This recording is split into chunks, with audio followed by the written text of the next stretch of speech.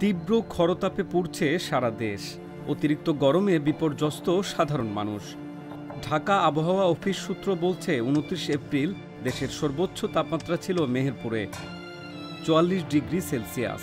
তার প্রভাব পড়েছে শ্রমজীবী ও স্কুল কলেজের ছাত্রছাত্রীদের উপর। আমার জীবনে আমি এরকম তীব্রতা গরম দেখিনি। আর যে কাজ করছে মানে ২ ঘন্টা কাজ করে বাড়ি যাচ্ছে, বাড়ি যাওয়ার পরিবর্তে গিয়ে শুয়ে থাকি এই ৫টার পর আবার বেড়াচ্ছে। কী করবো, কাজ করতে পারছি না তাপমাত্রাতে, গা হাত পা পুড়ে যাচ্ছে একবার সাপ। তাপমাত্রার কারণে আমাদের স্কুল প্রাইভেট কোচিংয়ে যেতে অনেক একটু অসুবিধা হয়। যদি তাপমাত্রা কমে তাহলে আমরা ভালো মতো স্কুল প্রাইভেট করতে পারি। গেল ২ সপ্তাহ জুড়ে মেহেরপুরের তাপমাত্রা বিরাজ করেছে ৪০ ডিগ্রি সেলসিয়াসের উপর। ২৯ এপ্রিল তার রেকর্ড ছাড়িয়েছে। ২৮ এপ্রিল বিকেলে সদর উপজেলার আমছুপি গ্রামের কাজলা নদীর পাড়ের একটি মাঠে ধান সেচ দেওয়ার সময় হিটস্ট্রোকে প্রাণ গেছে সালাম শেখ নামের এক কৃষকের। আর তাতেই ভয়ে আতকে ওঠেন সকল শ্রেণী পেশার মানুষ। প্রচণ্ড তাপদাহ এবং তাপপ্রবাহ চলছে। এই তাপপ্রবাহের মধ্যে আমরা যারা অভিভাবক আছি তারা বাচ্চাদের স্কুলে নিয়ে যাওয়া নিয়ে আসা করছি। এতে করে আমাদের কষ্ট না হলেও বাচ্চাদের অনেক কষ্ট হচ্ছে।